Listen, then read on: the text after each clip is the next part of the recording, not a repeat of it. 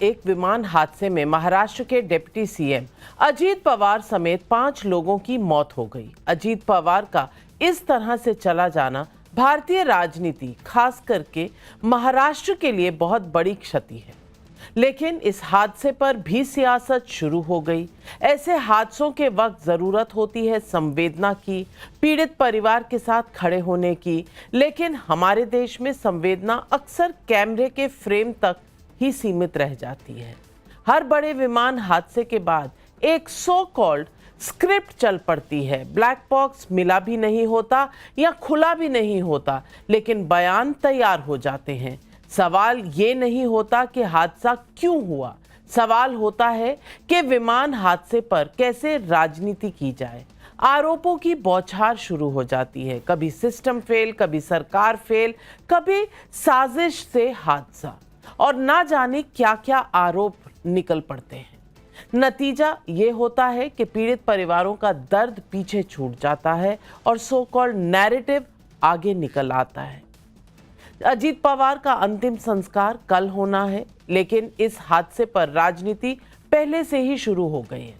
Mamata Banerjee, Akhilesh Yadav, Omar Abdullah, Pappu Yadav, ST Hasan समेत तमाम मोदी विरोधी नेताओं ने सवाल उठाए हैं।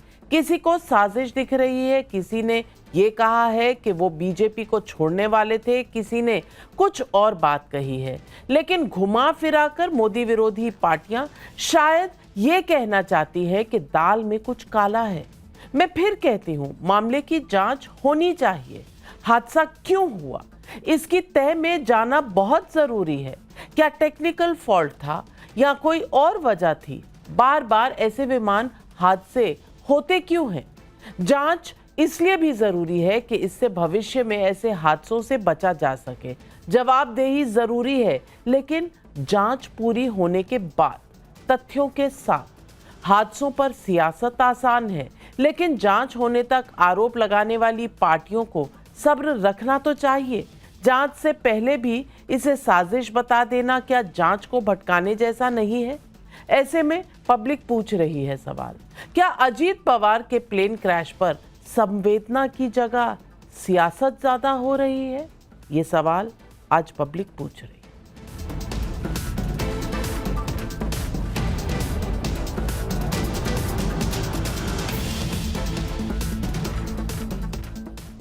अजीत पवार को बारामती में होने वाले जिला परिषद चुनावों के लिए 4 बड़ी रैलियों को संबोधित करना था, लेकिन नियति को कुछ और ही मंजूर था। अजीत पवार एक प्राइवेट विमान में सवार होकर मुंबई से बारामती जा रहे थे। विमान ने सुबह 8:10 पर मुंबई से टेक ऑफ किया और 8:45 पर विमान बारामती एयरपोर्ट के पास हादसे का शिकार हो गया।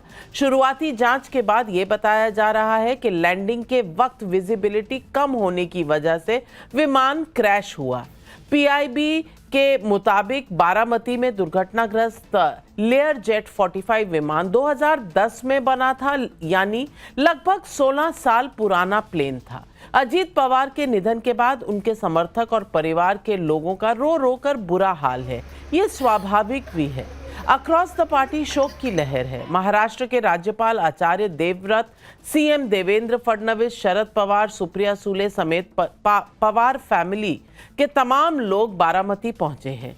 सभी ने अजीत पवार के निधन को राजनीतिक जगत के लिए बड़ी क्षति बताया। दिल्ली में प्रधानमंत्री नरेंद्र मोदी ने एनसीसी रैली को संबोधित करते हुए विमान हादसे का जिक्र किया। महाराष्ट्र के विकास में अजीत पवार के योगदान को याद किया और परिवार के प्रति संवेदना जताई। सुनिए। अजीत दादा ने महाराष्ट्र और देश के विकास में अपना बड़ा योगदान दिया है। विशेष रूप से गांवों के जीवन को बेहतर बनाने के लिए उन्होंने हमेशा आगे बढ़कर काम किया। मैं अजीत पवार जी के परिवार के प्रति संवेदना व्यक्त करता हूं। जिन साथियों को हमने इस हादसे में खोया है, इस पीड़ा की घड़ी में हम सभी उनके परिजनों के साथ है। अजीत पवार का प्लेन लैंडिंग के दौरान दुर्घटनाग्रस्त हुआ। आखिर कहां गलती हुई, कहां चूक हुई, जिससे महाराष्ट्र ने अपना एक बड़ा नेता खो दिया। इस बीच विमान के पायलट कैप्टन सुमित कपूर को लेकर बड़ा खुलासा हुआ है। जानकारी के मुताबिक pilot Sumit Kapoor breath analyser test में 2 बार पॉजिटिव पाए गए थे। पहली बार 13 मार्च 2010 में, जबकि दूसरी बार 7 अप्रैल 2017 को BA टेस्ट यानी कि ब्रेथ एनालाइजर पॉजिटिव आया था।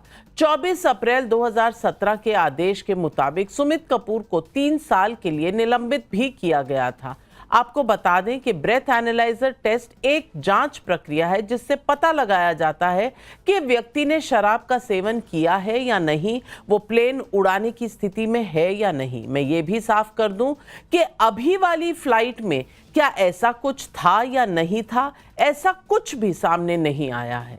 विमान हादसे के बाद सवाल उठ रहे हैं कि क्या प्लेन को उड़ाने से पहले पूरी जांच पड़ताल की गई थी? अगर कोहरा था, विजिबिलिटी कम थी, तो फिर प्लेन क्यों उड़ाया गया था? क्या पायलट की गलती से हादसा हुआ? क्या किसी टेक्निकल फॉल्ट की वजह से हादसा हुआ? आखिर इस हादसे के लिए जिम्मेदार कौन है? ऐसे कई सवाल हैं जिनका जवाब जांच के बाद आएगा। इस विमान हादसे पर केंद्रीय एविएशन मंत्री राममोहन नायडू ने गहरा दुख जताते हुए प्रतिक्रिया दी और हादसे की जांच की बात भी की है। सुनिए क्या कहा। बहुत दुखद घटना है, तो इसके ऊपर और जानकारी हमें मिलनी चाहिए। इन्वेस्टिगेशन पूरी तरह से ट्रांसपेरेंट और अकाउंटेबल वे में हम करेंगे। बट उससे पहले तो मैं इतना कहना चाहूँगा कि ये बात बोलना कि अजीत दादा अब नहीं रहे, उसके लिए बहुत बहुत बहुत दुख होता है। और मैं ये भी बता दूं अपने दर्शकों को कि इस वक्त भी सिविल एविएशन मिनिस्ट्री में एक उच्च स्तरीय बैठक जारी है जिसकी निरीक्षण कर रहे हैं एविएशन मंत्री राममोहन नायडू। 12 जून 2025 को 7 महीने पहले अहमदाबाद में एयर इंडिया का विमान क्रैश हुआ था जिसमें गुजरात के पूर्व मुख्यमंत्री विजय रूपानी समेत 241 लोगों की मौत हो गई थी। विमान हादसों पर नजर रखने वाली संस्था एविएशन सेफ्टी के आंकड़ों के अनुसार 2017 से 23 के बीच दुनिया भर में 813 प्लेन क्रैश हो चुके हैं, जिसमें लगभग 1473 यात्रियों ने इन हादसों में जान गंवा दी। लैंडिंग के दौरान 261 हादसे हुए हैं, 212 हादसे उड़ान के दौरान ही हुए हैं।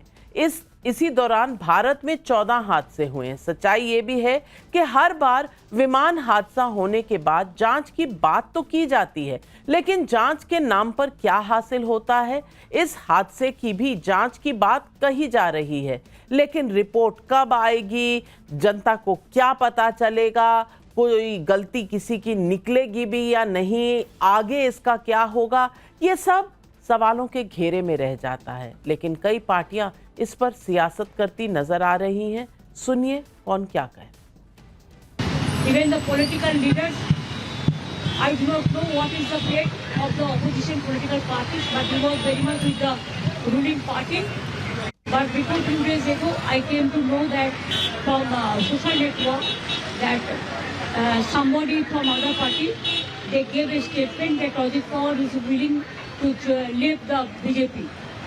And now what happened today, I need proper investigation under the supervision of Supreme Court. Only we have the trust on Supreme Court, no other agency. साजिश भी बता रही है। साजिश स्वाभाविक है क्योंकि बहुत बड़े नेता थे और अगर ऐसी घटना हो जाए और आज के समय पे जहां हम इतने जागरूक हैं, टेक्नोलॉजी को इतना समझते हैं चीज़ें, तो उन्होंने ठीक ही मांग की होगी। जब भी कोई हादसा होता है या कोई एक्सीडेंट होता है तो एक एंगल ये भी देखा जाता है कि किसी ने कराया तो नहीं है, कोई साजिश तो नहीं है।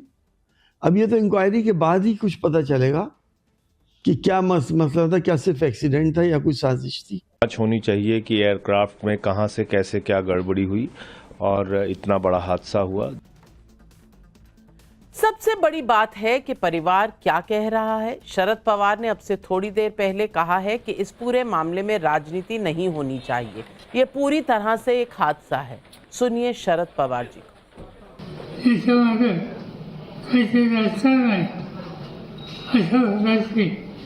भूमिका कर्तव्य मानली गेली याचा प्रश्न नाही. हा निवड अपघात आहे. त्याच्या यातना महाराष्ट्राला आम्हा सगळ्यांना सतत कृपा करून इथं राजकारण आणू नये एवढंच सांगायचं. अजीत पवार के पार्थिव शरीर को अंतिम दर्शन के लिए विद्या प्रतिष्ठान में रखा गया है. कल सुबह अंतिम संस्कार किया जाएगा. गृह मंत्री अमित शाह, बीजेपी अध्यक्ष नितिन नवीन भी अंतिम संस्कार में शामिल होने के लिए बारामती जाएंगे. लेकिन एक सवाल ये भी है कि अजीत पवार की पार्टी में आगे क्या होगा. एनसीपी का चुनाव चिन्ह घड़ी है. घड़ी की लड़ाई में पवार परिवार में सियासी बंटवारा हुआ. एनसीपी बट गई. घड़ी का सिंबल अजीत पवार के साथ रहा. लेकिन नियति का खेल देख लीजिए. आज विमान हादसे के बाद अजीत पवार के पार्थिव शव की पहचान की गई तो उनकी घड़ी से ही की गई. लेकिन अब बड़ा सवाल है कि क्या अजीत पवार की एनसीपी का नेतृत्व उनकी पत्नी सुनेत्रा पवार करेंगी. क्या इस हादसे के बाद अजीत पवार और शरद पवार की एनसीपी एक हो जाएगी. क्या नेतृत्व के संकट में अजीत पवार की पार्टी कमजोर पड़ जाएगी. ये तमाम सवाल उठ रहे हैं. ऐसे में सवाल पब्लिक का है. विमान क्रैश में महाराष्ट्र ने अजीत पवार जैसा बड़ा नेता खो दिया. हादसे का जिम्मेदार कौन. अजीत पवार बीजेपी छोड़ने वाले थे. विमान हादसे के बाद ममता बनर्जी का ऐसा कहने का मतलब क्या. विमान हादसे की जांच होने से पहले ही साजिश वाली थियोरी गढ़ने के पीछे मानसिकता क्या. पिछले 6 साल में भारत में 14 बड़े विमान हादसे. ऐसे हादसों से कब सबक लेंगे हम. ये सवाल आज पब्लिक पूछ रही है. सवालों के जवाब देने के लिए आज हमारे साथ जुड़ रहे हैं डॉक्टर राजू वाघमारे, प्रवक्ता हैं शिवसेना शिंदे गुट के. तुषार गुप्ता लेखक हैं. सोमनाथ भारती जी नेता हैं, आम आदमी पार्टी के पूर्व मंत्री हैं. शुभांकर भट्टाचार्य राजनीतिक विश्लेषक हैं, तृणमूल कांग्रेस सपोर्ट करते हैं. विवेक श्रीवास्तव जी राजनीतिक विश्लेषक हमारे साथ जुड़ रहे हैं. और डॉक्टर अजीज खान साहब राष्ट्रीय प्रवक्ता समाजवादी पार्टी के. और अजीज खान साहब, मैं सबसे पहले आप ही से पूछना चाहती हूँ, ममता बनर्जी ने आप नहीं मानते कि थोड़ी सी जल्दी कर दी. अभी खबर आई ही थी कि ऐसी विमान दुर्घटना में अजीत दादा पवार चले गए और साथ ही में उन्होंने कह दिया कि भाई इसमें तो कोई कॉन्स्पिरेसी है, क्योंकि वो वापस लौटकर आने वाले थे, एनडीए से नाता तोड़कर इस तरफ आने वाले थे. मैं पूछना चाहती हूँ, इसके तथ्य की ज़रूरत है या फिर हादसा हो या कुछ और हो. इस देश में राजनीति सबसे पहले आ जाती है. देखिए नाविका जी, आज का जो ये हादसा है ये बहुत दिल को दहलाने वाला है. बहुत ही मार्मिक घटना है. आप समझिए कि वो परिवार को, आप समझिए कि उस परिवार पे क्या बीत रही होगी. वाकई में जितनी भी संतावना दी जाए वो सब कम है. बहुत ही दुखद घटना है. सबसे पहले तो हमारी पूरी जो संवेदना है वो उस परिवार के साथ है. देखिए, आपने ही एक सवाल खड़ा किया. आपने कहा कि जो ये ग्रुप है VSR, इस ग्रुप के बारे में आपने बताया कि इस ग्रुप का एक प्लेन 2023 में क्रैश हुआ था और वो 2 पार्ट में बट गया था. उसका AIB अभी भी जांच कर रही है. अभी तक जांच पता नहीं चली, अभी तक पता नहीं. 2023 में क्रैश हुआ था, 2 पार्ट में बट गया था. आपने एक दूसरा सवाल आपने खुद खड़ा किया कि 2017 में और 2010 में जो पायलट चला रहा था इस विमान को, 2010 में और 17 में 2 बार वो पकड़ा गया कि शराब के नशे में था और तमाम तरीके की बातें थी. उसको दोबारा बहाल करके और कहां लगाया गया, VIP ड्यूटी में लगाया गया. अब आप इस बात को समझिए, ये किसकी जिम्मेदारी है इन सारी चीजों को देखने की? DGCA की. ये जिम्मेदारी है नागरिक उड्डयन मंत्रालय की. लेकिन नागरिक उड्डयन मंत्रालय आज क्या पल्ला झाड़ लेगा? DGCA पल्ला झाड़ लेगा कि आप देखिए जिस विमान को चलाया जा रहा है, जिस विमान को उड़ाया जा रहा है, आप समझिए, आपने ही कहा कि उसकी विजिबिलिटी कम थी. अगर विजिबिलिटी कम थी तो आखिर जो उसकी जांच होती शुरुआती कहीं ना कहीं परमिशन होता है, वो परमिशन कैसे दिया गया उसको उड़ाने का? ये बहुत अहम सवाल है. इसमें कहीं ना कहीं तमाम तरीके के एंगल है. ऐसे हालात में सवाल है, क्या सरकार जवाब देने से बचेगी? क्या सरकार पर सवाल नहीं खड़ा है? क्या राम मोहन नायडू जी इसके लिए जवाबदेही उनकी नहीं बनती है? क्या राम मोहन नायडू जी क्या सरकार से अलग हैं? क्या जो आज शासन सत्ता में बैठे हैं क्या उनकी जवाबदेही नहीं है? सवाल जवाबदेही जरूर बनती है और मैं आपके साथ बिल्कुल सहमत हूं कि ऐसी रिपोर्ट्स बहुत कम आती हैं। एयर इंडिया क्रैश हुआ, अभी तक रिपोर्ट के कोई अता पता नहीं है। पहले के क्रैशेस 2-2, 3-3, 4-4 सालों बाद रिपोर्ट आते हैं और जांच कहां जाती है, उससे हम क्या सीख लेते हैं, ये बहुत कम पता चलता है। ट्रांसपेरेंसी नहीं है, इस बात को मैं मानती हूं। लेकिन मैंने पहले भी कहा कि आप सुमित कपूर पायलट, लेट सुमित कपूर की बात कर रहे हैं। पहले 2 उनके इंस्टेंसेस सामने आए हैं, लेकिन अभी के बारे में हमें कुछ पता नहीं है। उससे पहले ही कह देना कि भाई इसको बहाल किया गया था और वीआईपी ड्यूटी पे लगा दिया था, तो आपके कहने का मतलब है कि वीआईपी के साथ कुछ अनहोनी नहीं होनी चाहिए, आम नागरिकों के साथ हो जाए तो कोई बात नहीं। सवाल ये भी है कि कहीं हम संवेदनाहीन तो नहीं हो गए, ये सवाल है, क्योंकि अजीत पवार साहब के साथ विदीप जाधव उनके पीएसओ थे, पिंकी माली जो क्रू थी प्लेन की, और उनके पिताजी की मैं जब तस्वीरें देखती हूँ, उनकी बात सुनती हूँ, दिल दहल जाता है जिसकी बेटी चली गई हो। उसके अलावा पायलट सुमित कपूर, को पायलट शंभवी पाठक, ये तमाम लोग भी तो अपनी जान गंवा चुके हैं। लेकिन डॉक्टर राजू वाघमारे, सवाल ये है कि क्या हमारी एयर सेफ्टी में कहीं ना कहीं कोई चूक है? क्योंकि एविएशन सेक्टर ने तो बहुत आगे बढ़त देखी है। आजकल जो ये प्राइवेट एयरक्राफ्ट हैं वो टैक्सी की तरह यहाँ से वहाँ उड़ते हैं, लेकिन इंफ्रास्ट्रक्चर, एटीसी, गाइडेंस और सबसे बड़ा ओवरसाइट क्या पेस रख पा रहा है, या और ऐसे हादसे होते रहेंगे? ये सवाल वाजिब है।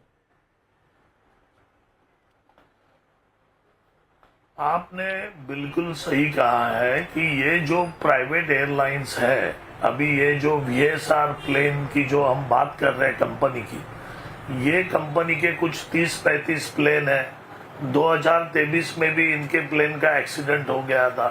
तो ये प्लेन जो उड़ते हैं सब VVIPs को लेके या बाकी लोगों को लेके, इसका DGCI के रूल्स के हिसाब से इसका मेंटेनेंस होता है क्या? इनके जो पायलट्स है वो पायलट्स को उतना घंटे का रेस्ट दिया जाता है क्या? या तो फिर इनको मजदूरों के जैसा काम किया जाता है कि भाई रेस्ट नहीं है, आप चलो और काम करो, बस हमको प्लेन उड़ाना है, हमको पैसे कमाना है। तो इसके बारे में जांच होनी बिल्कुल जरूरी है, क्योंकि कई देश के बड़े दिग्गज नेता, हमारे नेता इस प्लेन से यहाँ वहाँ जाते हैं, पॉलिटिकल कामों के लिए जाते हैं, और अगर इसकी मेंटेनेंस और इसकी देखभाल अगर रूल्स के हिसाब से नहीं होती है तो उसमें अपने को ध्यान देना पड़ेगा। और ये कंपनी के बारे में तो जरूर ध्यान देना पड़ेगा, क्योंकि ये कंपनी का जो 2023 का जो हादसा हुआ उसमें सब जन बच गए, लेकिन वो हादसा क्यों हुआ, क्या कमी थी वो हादसे में, टेक्निकल प्रॉब्लम क्या था, पायलट का क्या पोजीशन था, उसके बारे में कुछ आता ही नहीं। और इंडिया में ऐसा होता है कि हादसा होने के बाद कमेटी का गठन होता है, कमेटी वो सब देखती है, लेकिन वो जिम्मेदार नहीं रहती कि वो सब चीजें लोगों के सामने लेके आए, लोगों को पता भी चले कि ये कंपनियां कैसे काम करती है, ये कंपनी के ओनर कौन है, किस तरीके से काम करते हैं ये लोग। इसके बारे में जांच होना जरूरी है, क्योंकि इस तरीके के जांच होना जरूरी है, इसमें कहीं कोई दो राय नहीं है। लेकिन सोमनाथ भारती जी, जांच से पहले कह देना कि एक कॉन्स्पिरेसी थी, सवाल इस बात का है क्या हमारे रूल्स रेगुलेशन में कहीं ना कहीं कोताही बरती जाती है, ये सवाल अलग है।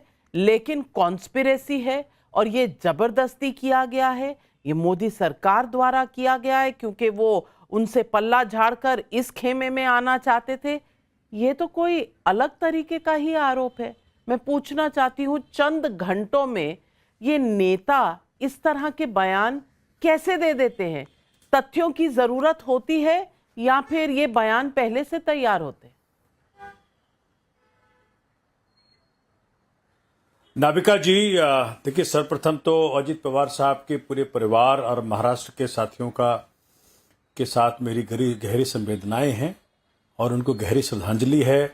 साथ में विदीप जी, पिंकी जी, सुमित जी और संभवी पाठक जो थी, ये तो मेरे विधानसभा की हैं जो को पायलट थी। वहां तो बिल्कुल मातम छाया हुआ पूरे कॉलोनी के अंदर। मैं वहां जाकर के आया हूं, आपके लोग भी गए थे वहां। बिल्कुल, और आर्मी पर्सनल की बेटी है, संवेदनाएं और उनको श्रद्धांजलि जी। और दूसरी बात देखिए, क्या है ना कि मन में संदेह पैदा होता है। संदेह क्यों पैदा होता है? इसके कारण है, आपने जो सवाल पूछा है, देखिए, हम कोई इनसेंसिटिव लोग नहीं हैं, हम सेंसिटिव लोग हैं। मात्र 66 साल की उम्र थी अजीत पवार साहब की। दूसरा क्या हो रहा है कि जो देखा था आपने पीछे, तो बड़े सारे इंसिडेंट्स हैं, हम उनको क्या गिनवाएं आपको। अजीत पवार साहब के ऊपर भाजपा ने इल्जाम लगा रहा 70,000 करोड़ के उन्होंने लूट कर ली और चक्की पीसी क्या कहा था। फिर अजीत पवार साहब उसी दबाव में शायद आकर के भाजपा के अंदर मिल गए और डिप्टी सीएम बना दिया भाजपा ने और सरकार चल गई। उसका मजाक उन्होंने खुद उड़ाया था। अभी जो म्युनिसिपल का चुनाव हुआ बॉम्बे के अंदर, उसमें उन्होंने खुद कहा महाराष्ट्र के अंदर कि जी यही देखो बीजेपी है, मुझे पर इल्जाम लगा रहे 17 करोड़ का और अब मैं उनकी सरकार में डिप्टी सीएम हूं। उन्होंने भाजपा को भ्रष्ट राक्षस तक कह दिया इस बार चुनाव के अंदर। और फिर उनको जो अपने होम जो गृह क्षेत्र के अंदर जो उनको हार मिली, उसके बाद पवार परिवार के अंदर एकता की बात चल रही थी और किस प्रकार से बीजेपी के साथ डील कर रहा है इसकी बात चल रही थी। इसी कारण संदेह मन में पैदा होता है। और ये वही जहाज है जो 2023 में दुर्घटनाग्रस्त हुआ था मुंबई के अंदर। उसके बावजूद उसमें रिपेयर हुआ नहीं हुआ, क्या नहीं हुआ। अगर आपको याद है जो आपने बात कही, मैं आपका बड़ा आदर करता हूं नाविका जी, आप बड़े अच्छी हैं। देखिए, जून 2025 में जो एक्सीडेंट हुआ अहमदाबाद में, जैसे विजय रूपानी साहब, वो भी 68 साल के थे, जो पूर्व मुख्यमंत्री थे भाजपा के, जो उनका देहांत हुआ, साथ में 260 लोग गए। इतने बड़े एयर क्रैश का, जहां ये निकला कि लेफ्ट इंजन भी अप्रैल 2025 में उसकी मरम्मत की गई थी, राइट इंजन का भी मरम्मत हुआ था मार्च 2025 में। और अब सुप्रीम कोर्ट में मामला चला गया है। जो आपने बात कही, रिपोर्ट ही नहीं आया। इतने बड़े हादसे का रिपोर्ट अगर नहीं आएगा तो मन में संदेह पैदा होता है। और जिस बैकग्राउंड में अजीत जी की जान गई है, उसी कारण संदेह मन में पैदा होता है। क्या ऐसा तो नहीं कि भाजपा छोड़ के जाने वाले थे, एनडीए छोड़ के जाने वाले थे? जो बहुत संगीन आरोप है आपका। और सोमनाथ भारती जी, आप वकील हैं तो मुझे बताने की जरूरत नहीं है। हमेशा ऐसे आरोप लगाने से पहले हर कोर्ट एविडेंस मांगता है। मैं समझ सकती हूं आपके पास तथ्य होंगे, लेकिन हमारे सामने जो तथ्य हैं तुषार जी, वो तथ्य हैं शरद पवार, उस पवार परिवार के सबसे बड़े जो इस वक्त नुमाइंदे हैं वो शरद पवार जी हैं। वो कह रहे हैं ये हादसा है, ये पूरी तरह से हादसा है और इसमें कोई राजनीति नहीं होनी चाहिए। अब उनकी बात सुनी जाए या फिर सोमनाथ भारती जी और ममता बनर्जी की बात सुनी जाए, जिन्होंने ये अनुमान लगा दिया कि पवार परिवार इकट्ठा होने वाला था, इसीलिए यहाँ इस सरकार में लोगों को उसकी चिंता थी, इसीलिए कुछ इस तरह का हुआ है। मैं कहना ये चाहती हूं कि इस तरह के आरोप लगाने से पहले शायद तथ्यों का होना जरूरी है, या फिर अगर राजनीति है तो कुछ भी चलता है, किसी को कुछ भी कह दो, चाहे परिवार वाले। और शरद पवार जी दिग्गज नेता हैं उस परिवार के भी और पूरे देश के भी, और महाराष्ट्र के टॉलेस्ट लीडर हैं। उनकी बात को कोई नहीं सुन रहा, सब अपनी अपनी थियोरी दे रहे हैं। नाविका जी, तथ्यों से पहले इंसानियत की जरूरत है। दीजिएगा मुझे। जो किसी की दुर्भाग्यपूर्ण मृत्यु पर मनोहर कहानियां सुनाकर अपनी राजनीतिक रोटी सेक रहे हैं, इस मानसिकता को मैं क्या कहूं। उनके परिवार पर क्या बीत रही होगी, उनके बच्चों पर क्या बीत रही होगी, उनकी धर्म पत्नी पर क्या बीत रही होगी, इसका किसी को कोई फिक्र नहीं है, कोई बात नहीं करना चाहता। अरे वो तो भाजपा छोड़ना चाहते थे, अरे वो तो अपनी पार्टी शरद पवार की पार्टी के साथ मिलाना चाहते थे। पिछले 11 साल में कितने छोटे दल एनडीए छोड़ चुके हैं, कितने छोटे दल कांग्रेस छोड़ चुके हैं। आम आदमी पार्टी कभी कांग्रेस की गोद में होता है, कभी कांग्रेस की गोद के बाहर होता है। कभी किसी ने ऐसी कोई टिप्पणी नहीं करी है कि देखिए अगर यहाँ कोई हादसा हुआ है तो इसके पीछे तो ये राजनीतिक मकसद है, इस वजह से ऐसा कुछ कराया गया हुआ है। ये कहना, ये ऐसा आरोप भी लगाना उस परिवार का अपमान है जो उस विमान हादसे में मृत्यु जिनकी हुई उनका अपमान है। सिर्फ अजीत पवार नहीं गए, उनके साथ 5 लोग और थे, उनकी भी मृत्यु हुई है, उनको भुला दिया जाएगा? आज शरद पवार खुद सामने से आकर कह रहे हैं, जो इनकी अलायंस के एक दिग्गज लीडर है, ऑलमोस्ट सीनियर लीडर है, हेड है एक तरह के, वो कह रहे हैं इस पे राजनीति मत करिए। पर देखिए बैठे हैं यहाँ पर, अरे वो तो पार्टी मिलाना चाहते थे। कितने दल, कितने लीडर, भाजपा के खुद के एमएलए, एमपी, कैबिनेट मिनिस्टर, कितने लोग नाराज होकर पार्टी छोड़कर जा चुके हैं, पर आप कह रहे हैं कि अरे बहुत सही ये कह तो रहे उसमें हैं। तो संदेह और इस पैदा वक्त होता है। हमारे स्क्रीन्स पर जो तस्वीरें आ रही हैं ये बारामती से आ रही हैं। ये विद्या प्रतिष्ठान है जहां पार्थिव शरीर अजीत दादा पवार का रखा गया है और वहां हुजूम है, लोगों का हुजूम बता रहा है कि कितने लोकप्रिय नेता हैं, कितने लोकप्रिय नेता थे और किस तरह से वहां जनता की भीड़ उमड़ कर आई है उनके आखिरी दर्शन के लिए। और आप यहाँ बैठकर कह रहे हैं कि अरे भाई इनके साथ जो हुआ है उसमें कोई कॉन्स्पिरेसी शामिल है। मैं पूछना चाहती हूँ शुभंकर भट्टाचार्य जी, ये कहने से पहले ममता दीदी ने 1 मिनट देर नहीं लगाई। अब तक तो दिल्ली से विमान उड़ा था, उनकी पत्नी बारामती पहुंची भी नहीं थी जब ममता बनर्जी का ये बयान आ चुका था। सुप्रिया सुले जी और सुनेत्रा पवार जी पार्लियामेंट अटेंड करने के लिए दिल्ली में थी, जैसे खबर आई वो प्लेन से वापस गई हैं। प्लेन बारामती में लैंड भी नहीं हुआ था कि ममता बनर्जी ने कह दिया कि यहाँ कॉन्स्पिरेसी है। मैं पूछना चाहती हूँ, ये संवेदनहीनता नहीं है तो क्या है? मैं ये भी पूछना चाहती हूँ कि ये बार बार जो मेंशन होता है कि वीआईपी ड्यूटी पे क्यों लगा दिया?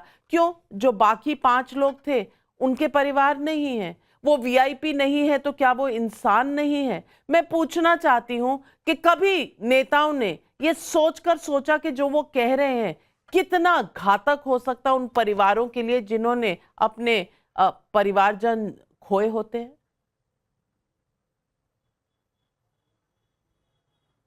जी नाविका जी, पहले तो एक इतने बड़े नेता अजीत दादा, उनके मौत पर शोक व्यक्त करता हूं। और ये कार्यक्रम जो है मेरे ख्याल से वहीं से शुरुआत ही होती है कि एक श्रद्धांजलि के साथ, तो एक बहुत श्रद्धांजलि के साथ मैं अपनी बात होना यही चाहिए था और होता भी। अगर ममता बनर्जी का स्टेटमेंट ना आया होता ऐसा, तो ऐसा ही होता। ओके, अब मैं बोल सकता हूं अगर आपकी इजाजत हो? बिल्कुल जी नाविका जी, ऐसा है कि देखिए बात यह है कि देखिए आपने जब कार्यक्रम शुरुआत की, सवाल आपने भी पूछे और आप भी पूछ रही हैं, आप अभी भी पूछ रही हैं कि भाई जिस तरीके से मेंटेनेंस की बात की, आपने बताया कि 2011 का प्लेन है, तो लगभग एक प्लेन की जो है, मैं पायलट तो नहीं हूं लेकिन जो छोटी मोटी बातें जो टीवी पर सुनता रहता हूं, गूगल से पता चलता है, वो यही है कि 15-16 साल जो है एक लाइफ होती है। तो प्रश्न जो है, जो डीजीसीए के पास जो मेंटेनेंस की रिपोर्ट जानी चाहिए, ये सारी जो चीजें हैं, ये हम आम पब्लिक जो है ये सब मीडिया के माध्यम से जानते हैं। तो जब ये चीजें पता चलती हैं तो प्रश्न आप भी पूछ रही हैं। बात सिर्फ इतनी है कि नाविका जी प्रश्न पूछे तो प्रश्न, लेकिन वही प्रश्न अगर ममता जी के अगर माथे पे आए, अगर वही चीज अगर सोमनाथ भारती जी पूछे, तो फिर ये बात हो जाती कि यहां तो बात मैटर कॉन्स्पिरेसी की है। देखिए 2 तथ्य है। ममता जी ने कहा कि भाई ये इस तरीके से हादसा हुआ, हम इतने बड़े एक नेता को खो बैठे, वो एक दुखद एक ऐसा विषय है। और एक और फैक्ट साथ में है कि भाई अजीत पवार जी भाई वो एनडीए का साथ छोड़ने वाले थे। ये 2 फैक्ट है। बात कॉन्स्पिरेसी की, ये दोनों फैक्ट्स को मिला के तो कॉन्स्पिरेसी हम बना रहे हैं उसको लेके। अब चीजें ये है कि क्या इसकी जांच होनी चाहिए? ममता जी भी तो यूपीए छोड़कर अपने अलग चली गई थी ना। ममता जी ने भी तो कांग्रेस छोड़ के अलग पार्टी बनाई थी ना। लेकिन ममता जी ने एक और बात कही, और विवेक श्रीवास्तव जी वो आज मैं जनता के सामने रखना चाहती हूं। उन्होंने एक बात और कही, और उन्होंने कहा विपक्षी पार्टियों की नियति क्या है मैं नहीं जानती।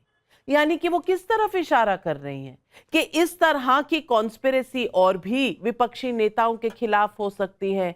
मतलब किसी के साथ अगर कोई अनहोनी हो जाए तो उसकी जिम्मेदार ये सरकार होगी, ये पहले से तय कर दिया ममता बनर्जी ने। मैं पूछना चाहती हूं कि ये क्या रिस्पॉन्सिबल स्टेटमेंट है किसी मुख्यमंत्री का ऐसे समय में जब कुछ ही क्षण हुए थे कि ये दुखद घटना की खबर आई थी।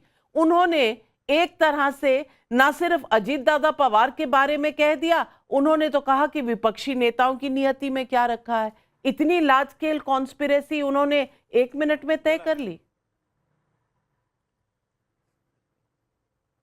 नहीं, देखिए, आप इस बात को समझिए, ये 2-3 चीजों को हम मिक्सअप कर रहे हैं यहाँ पे। शरद पवार एक फादर फिगर हैं उस फैमिली के, और उनका एक जो पुत्र समान अजीत पवार थे वो आज नहीं रहे। उनके इमोशंस को अगर हम समझेंगे तो he is not interested in politics, he is not interested in postmortem. उनके लिए बस एक क्षति है, और वो बेटा उनका वापस आएगा नहीं, और इस बात का अपने नेफ्यू की मृत्यु का वो एक दुख मना रहे हैं। उनके इमोशन को समझिए, हम भी समझ रहे हैं। लेकिन एज अ पॉलिटिशियन जो कि विपक्ष में फिलहाल बैठा हुआ है, अगर उसे दिख रहा है कि एक बड़ा राजनेता जिसके खिलाफ थी बीजेपी एक समय में, बाद में उसको किसी तरह से प्रेशराइज करके लेकर के आई, अभी जो स्टेटमेंट्स कुछ दिए थे अजीत दादा पवार ने, उनको देखते हुए अगर एक हादसा हुआ है तो क्या हम प्रश्न ना पूछें? क्या हम बोलें हादसे तो होते रहते हैं, फर्क नहीं पड़ता? क्या हम बोलें कि साहब संवेदनशील रहो, हादसा था या हादसा नहीं था, यह मैटर नहीं करता? ये तो कोई लॉजिक नहीं हुई ना। तो हमें पूछना पड़ेगा।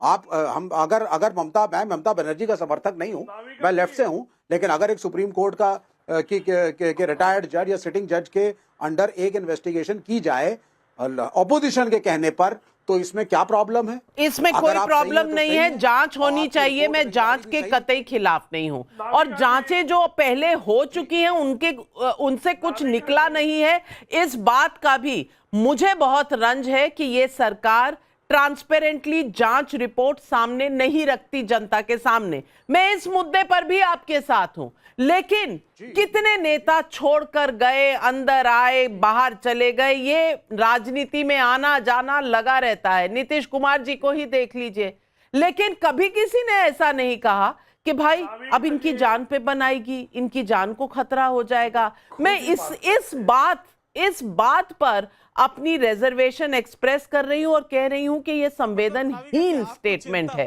जनता भी कह रही है। राहुल अवस्थी गोंडा यूपी से कह रहे हैं विमान हादसे की जांच होने से पहले ही तमाम पार्टियां साजिश की बात कहकर क्या जांच को भटकाना चाहती हैं। सचिन राणा मुंबई से कह रहे हैं शरद पवार साफ कह रहे हैं कि राजनीति नहीं होनी चाहिए, ये हादसा है, तो फिर मोदी विरोधी पार्टियों को साजिश क्यों नजर आ रही है? सोमनाथ भारती जी बताइए, जवाब दीजिए जनता को। मुझे नाबिका जी, मैं बड़ा बिल्कुल ईमानदारी से जवाब दूंगा।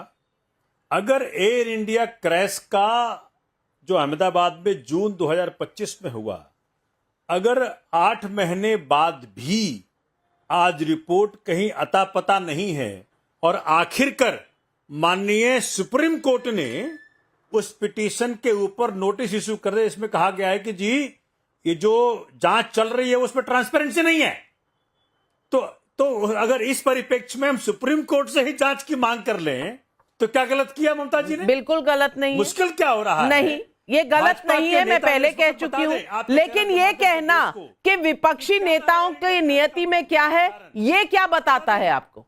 कॉन्स्पिरेसी चल रही है लार्ज स्केल। भाई आप देखें ना कि भाई देश के अंदर हो क्या रहा है। सत्ता में बने रहने के लिए कुछ भी किया जा रहा है। देखिए, वोट चोरी से लेकर के, ईवीएम से लेकर के, डराने से लेकर के, तुषार गुप्ता जी, सीबीआई, ऐसा नहीं है कि सोमनाथ भारती जी को मेरे सवाल समझ में नहीं आ रहे, समझ आ रहे हैं, लेकिन अल्टीमेटली तो यही है कि मोदी और सत्ता वो इनके गले नहीं उतर रही। देखिए नाविका जी, चाहे संजय गांधी जी का वाकया हो, चाहे और किसी दूसरे का हो, माधवराव सिंधिया जी का हो, अगर जांच की बात आ रही है तो इसमें जांच पे इतना ज्यादा बवाल सिर्फ जांच की बात आती तो मैं आपके साथ सहमत होती। सिर्फ जांच की बात नहीं हो रही। अजीज खान साहब इतने मासूम मत बनिए, सिर्फ जांच की बात नहीं हो रही। यहाँ कह रहे हैं विपक्षी नेताओं के साथ नियति में क्या है, इसका मतलब क्या है? अरे नाविका जी सुनिए ना मेरी बात। देखिए बात जांच की तो आई कि सुप्रीम कोर्ट के अंडर में, उसकी सुपरविजन में जांच हो जाए, और अगर जांच की बात आई तो इसमें इतना बहुत तड़फड़ाने की, इतना बहुत परेशान होने की जरूरत नहीं है।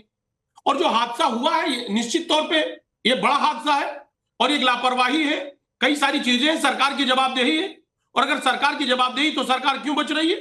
आखिर इस तरीके का नैरेटिव क्यों सेट किया जा रहा है कि साहब जांच की बात अगर कोई कर ले तो इसका मतलब आरोप लगाया जा रहा है? ये आरोप नहीं है। अजीज खान साहब, आप भी जानते हैं कि जांच पर किसी ने कुछ नहीं कहा। बात इस बात की है कि बाकी विपक्षी लीडरों की नियति में क्या लिखा हुआ है। वाघमारे जी, मैं फिर पूछना चाहती हूं कि क्या कहीं ना कहीं जांच से पहले ही एक कॉन्स्पिरेसी, एक इस तरह की बात और नैरेटिव शुरू करना, इसके पीछे मंशा क्या है?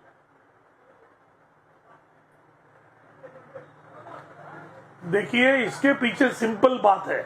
हम महाराष्ट्र से हैं, अजीत पवार जी हमारे महायुति गठबंधन का एक बड़ा हिस्सा एनसीपी का है और इस महागठबंधन के अंदर महायुति के एक बार भी अजीत पवार साहब का स्टेटमेंट नहीं था कि वो महायुति को छोड़ना चाहते हैं। दोनों एनसीपी को साथ में आने की जो मनीषा थी, ना शरद पवार जी ने बोला ना अजीत पवार जी ने बोला कि हम महायुति को छोड़ेंगे। इसके पहले विधानसभा में भी आदरणीय शरद पवार जी ने भाजपा को पूरी तरह से समर्थन दिया था। तो हमारे बीच में ऐसी कोई भी बात नहीं थी, तो पॉलिटिकल कॉन्स्पिरेंसी की बात ही नहीं आती। ममता लेकिन ये बात उठी कहां से और बात निकले है तो फिर दूर तलक जाएगी, ये भी जनता कह रही है। हमने एक स्नैप पोल किया, विमान हादसे पर संवेदना की जगह सियासत करना क्या दिखाता है? 18,000 लोगों का सैंपल साइज है। विपक्ष की ओछी राजनीति 81% लोग कहते हैं। साजिश के एंगल से भी जांच हो 12%, कह नहीं सकते 7%। ओछी राजनीति 81% लोग जो कह रहे हैं, ये आज के दिन दुखद है जब अंतिम संस्कार भी नहीं हुए। ऐसे समय में इस तरह की राजनीति कहां ले जा रही है हमें? ये सवाल आज पब्लिक का है। For more of such videos, do like, share and subscribe to ET Now Swadesh.